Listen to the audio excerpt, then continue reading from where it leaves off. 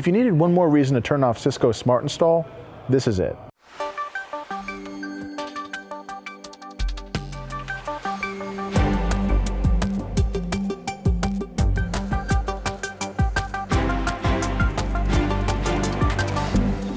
Hey Matt, I heard you have another interesting story about Cisco Smart Install protocol. Yep, so this one is probably destined to be a long-running problem. So there's something called Cisco Smart Install, and really it's supposed to make an admin's job easier. Yes. It's sort of like a zero-touch configuration set up for routers and switches for Cisco devices. Unfortunately, it appears to be enabled and facing the internet on a lot of these devices, and this is a service that requires no authentication by design. Recently, there were some major attacks against these devices by some politically motivated actors, and it turns out that they use this service to disable devices after vandalizing them slightly.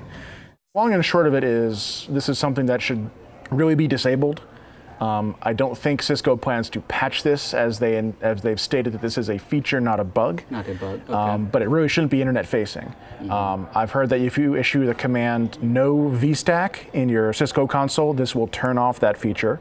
You can see if you've got it running by running show VStack config. I did read that on some devices, disabling it only lasts until the next time that the device reboots. Okay. Which means you kind of have to run it over and over to make sure the thing is fixed. Yeah, I think it also uses the port 4786 TCP, right? I believe that's the port, yeah. Limiting access to that port may minimize the risk a little bit. Absolutely. So if you know that you've got a specific administrative network, like if you can physically separate and only run admin, like you're that on like a one network, a separated network, do that. My recommendation is obviously if you can turn this off on the device, you should do so. If you can't turn this off for whatever reason, and I can't really think of a great reason why that would be, you should limit the access to IP addresses that you know and trust, so that only your admins that you trust can make these sorts of changes to devices.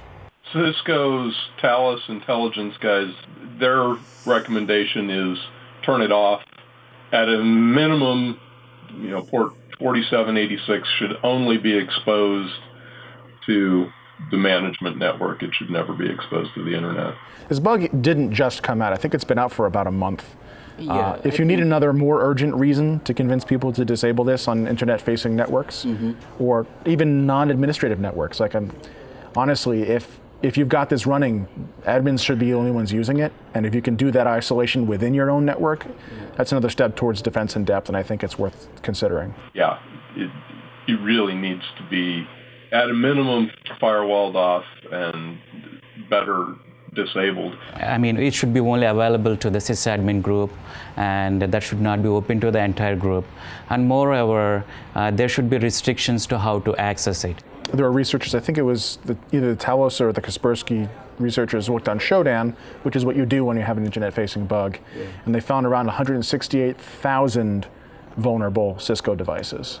I think in the same article, like initially when it came last year something, I think on November 2017, around that time frame, when they were looking for this Cisco Smart Install protocol, they were about 220,000. So there's a little bit of drop. I mean, that could be attributed to how the scanning has been done. Could be. But still, there are lots of vulnerable devices out there. So the threat is there. So if you are not an admin of these devices, but you're in IT or security, you should be aware of whether or not you have these devices on your network and what the impact might be. And if you are the sort of person who can put more resources or funding towards fixing this problem, I highly recommend that you do.